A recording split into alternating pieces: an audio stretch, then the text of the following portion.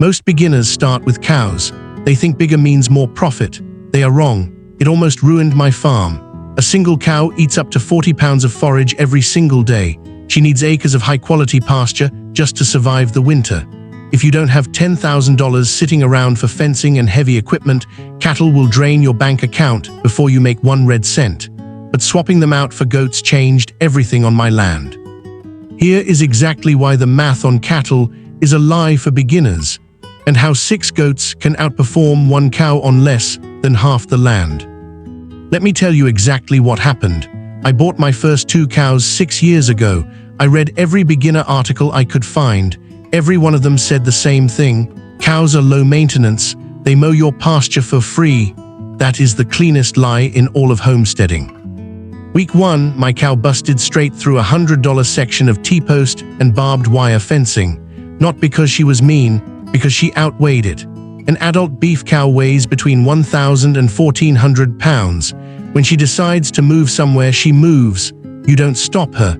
You just fix the fence afterward. I spent $430 just on fencing repairs in my first 90 days. That's before a single pound of beef. That's before a single gallon of milk.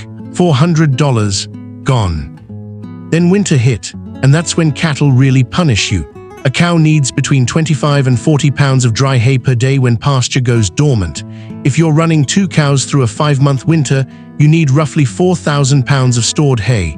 At market rate, that's $400 to $600 in hay alone, per winter, per animal pair. Nobody puts that math in the beginner articles. And vet bills. If a cow gets sick, the vet comes to you. That farm call alone is usually $100 to $150 before the doctor even puts on gloves. A large animal vet is not cheap. And if your cow goes down, meaning she can't stand up on her own, you now have a 1,400-pound problem on the ground that requires specialized lifting equipment or a very hard decision. I'm not telling you this to scare you off cattle forever. Cattle are excellent for experienced farmers with the infrastructure already in place. But beginners, you need capital behind you before you put a cow on your property. Most people don't have it. I didn't, and the internet told me I didn't need it. That was the lie. So let's talk about what I replaced them with, and let's run the real numbers side by side. Here's where the numbers get real. The standard rule in livestock management is this: 1 acre of well-managed pasture supports 1 cow-calf pair. That's the baseline. 1 acre, 1 cow, 1 acre minimum, and honestly, 2 acres is more realistic in the eastern US, where soil quality varies. Now here's what that same acre handles with goats. 6 to 8 adult goats, sometimes 10, depending on your browse quality. 6 goats, 1 acre, that's not an opinion. That's standard stocking rate data used by university extension programs across the South and Midwest. But here's what changes everything. Goats are not grazers, cattle are grazers. There is a hard biological difference. A cow's head goes down, she eats grass, she strips your pasture bare, she compacts your soil with every step because she weighs over 1,000 pounds. She needs clean, maintained grass to perform. A goat's head goes up. She is a browser, built the same way a deer is built. She reaches for brush, briars, woody plants, invasive vines, thorny blackberry canes, wild rose, multiflora rose, kudzu, poison ivy. Goats eat the plants that cows refuse to touch. And the plants cows refuse to touch are the exact plants destroying most small farms.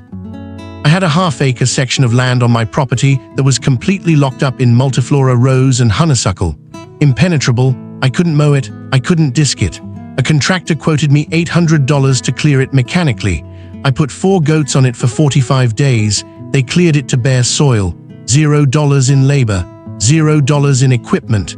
4 goats and 45 days. Now let's talk reproduction speed. This is where the math gets lopsided fast. A cow carries her calf for 9 months. She typically produces 1 calf per year. That's your return on investment, 1 animal per year. A doe, that's a female goat, carries her kids for 5 months, and she regularly throws twins, sometimes triplets. Run that math, start with 3 does. After 5 months, you've got a realistic 6 kids on the ground, 6 new animals. In the time it takes a cow to produce 1 calf, you've built a small herd from almost nothing. That's the compounding return that cattle simply cannot match at the beginner scale.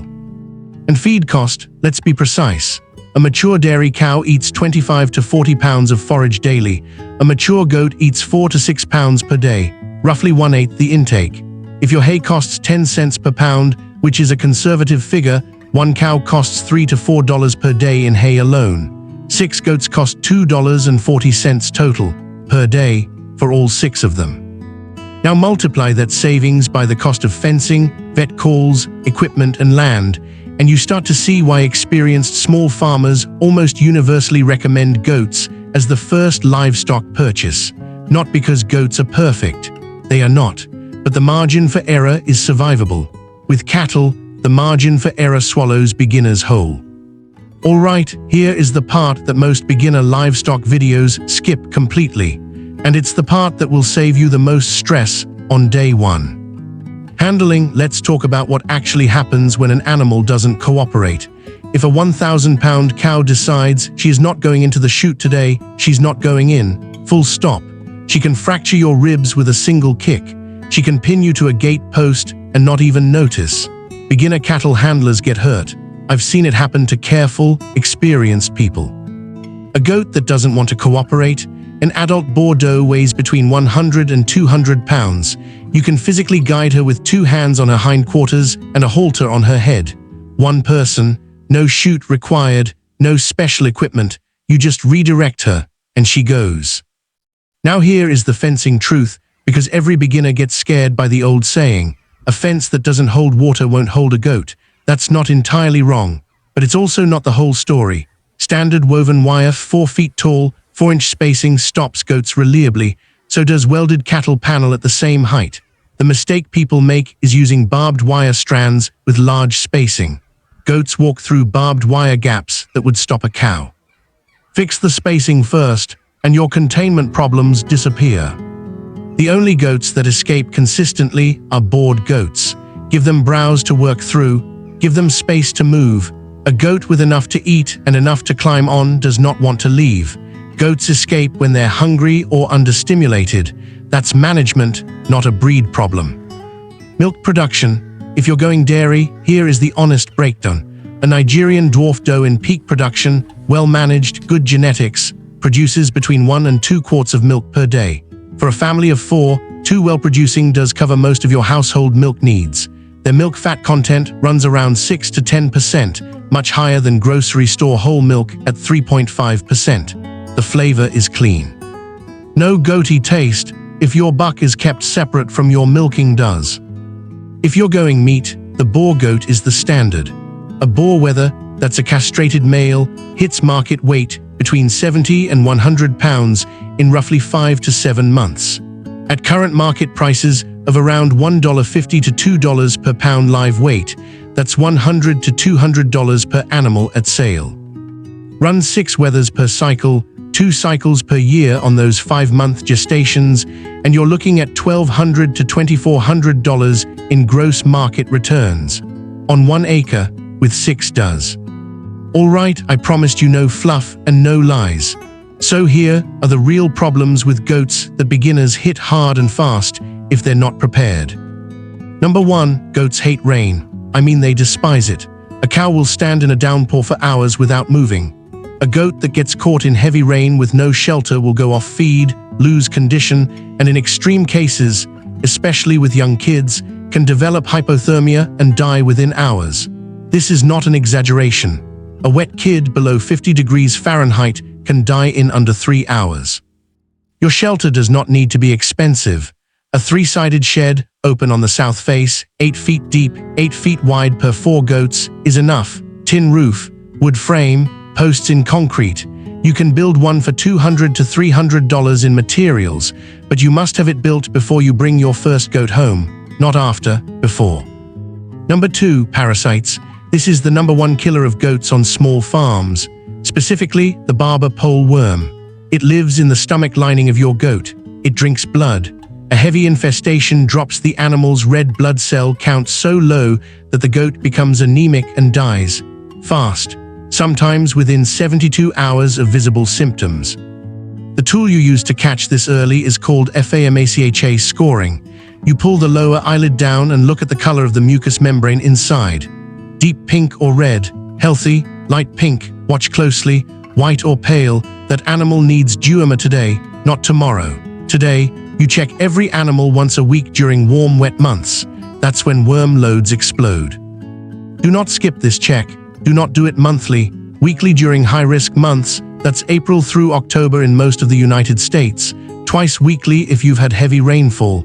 I lost a doe in my second year because I went 2 weeks without checking during a wet August. Pale as paper by the time I caught it. She survived barely. I haven't skipped a check since. Number 3, hooves. A goat's hoof grows continuously, like your fingernails. If you do not trim them every 6 to 8 weeks, they fold and curl underneath the foot. The goat walks on a folded edge. That causes lameness. A lame goat loses weight, drops milk production, and stops reproducing efficiently. Hoof trimming is not optional. It is basic maintenance. The tool costs $12 to $20. It looks like a pair of garden pruners. Watch 3 videos online before you try it the first time. Trim a little at a time. You're looking for a flat, level sole with walls trimmed back to the white-pink quick. You won't be perfect your first time. That's fine. You will learn fast, and so will your goat. Number 4, goats are social animals. They are hardwired to live in groups. A single goat kept alone will scream, pace, and try to escape to find company. Do not buy 1 goat. Buy a minimum of 2. 2 goats are easier to manage than 1. They settle each other. They rest better. They gain weight better. They're quieter. 2 is your floor. That's it. Rain shelter, weekly parasite checks, 6 to 8 week hoof trims, and minimum 2 animals. 4 things. If you do these 4 things consistently, your goats will thrive. If you skip even one of them regularly, you will have problems. The problems are manageable, but they are real. So here's the plan. Exactly how I'd start over if I was putting together my first small goat herd tomorrow. Step 1. Decide your purpose before you buy a single animal, meat, dairy, or fiber. They are not interchangeable. Don't try to run all 3 breeds on a beginner budget. Pick 1 lane and stay in it for your first 12 months. For meat beginners, start with 2 or 3 boar does. Buy does already bred if you can find them. That way your first kids arrive in 5 months without you needing to manage a buck. Bucks smell, bucks fight, bucks need separate housing. Do not buy a buck your first year unless you have no other option. For dairy beginners, 2 Nigerian dwarf does, already in milk or within 60 days of kidding. Nigerians produce between 1 and 2 quarts per day at peak. Their small size, 50 to 75 pounds, means you can manage them in a tiny space. A 12 by 12 foot pen, a 10 by 10 foot shed. They fit real life. Step 2. Build your infrastructure before the animals arrive. Not the day they arrive. Before, you need a 4-foot woven wire perimeter fence, a 3-sided shed, a clean water source. Goats drink 1 to 3 gallons per day per animal. A basic first aid kit, electrolytes, injectable B12, a FAMACHA chart, and a thermometer. That's your setup. Nothing fancy. Step 3. Rotate your paddock. This is the single most important management decision you will make. Keep your goats in one area until the browse is worked down to knee height, then move them to fresh ground and rest the first paddock for at least 30 days. This breaks the parasite cycle naturally. Worm larvae live in the soil. They die in sunlight and heat when animals aren't constantly recontaminating the ground. Rotation reduces your dewormer cost and keeps your worm resistance lower long term. You don't need 4 paddocks to start. 2 is enough. Split your space in half with a temporary electric wire or extra cattle panel. Run the goats in section A for 3 weeks. Move them to be rest A for 3 weeks. Repeat, 2 sections, massive parasite reduction, almost no extra cost. Here is the bottom line. I spent 3 years fighting cattle infrastructure, vet bills, and broken fences on this property. I spent more on those 2 cows in 18 months than I made back in sale weight. When I sold them and replaced them with 6 does, my land management costs dropped by 60% in the first year. My fence stayed where I put it. My vet bills dropped to almost nothing. My land got cleaner, not more eroded. The cattle myth cost me money, and time, and energy, and confidence, because when your first venture into livestock fails, it messes with your head. You start to think maybe you're not cut out for this. Maybe the farm life isn't for you. That's not the truth. The truth is you just started with the wrong animal. Goats are not a compromise. They are the right first step. They teach you every skill you need for large livestock management, feeding schedules, health checks, breeding cycles, parasite management, but they do it on a scale where your mistakes are survivable, where the costs are recoverable, where one bad month doesn't end your farm. Start with 2 does. Get them from a farm you can visit in person. Look at their body condition. Ribs should not show. Look at their hooves, no curling or overgrowth. Pull their eyelid and check the color. Deep pink means healthy. Ask the seller when they were last dewormed. Ask what they're currently eating. A seller who can't answer those questions is a seller you walk away from. Give those 2 does 6 months. Feed them, learn their rhythms, fix the problems you didn't predict. Then add 2 more, then breed, then sell. That's the blueprint. Slow, manageable, and real. No $10,000 fence. No tractor. No squeeze chute. 2 does, 1 acre, and the willingness to check their eyes every week. That's the swap. That's why I made it, and I have not looked back once.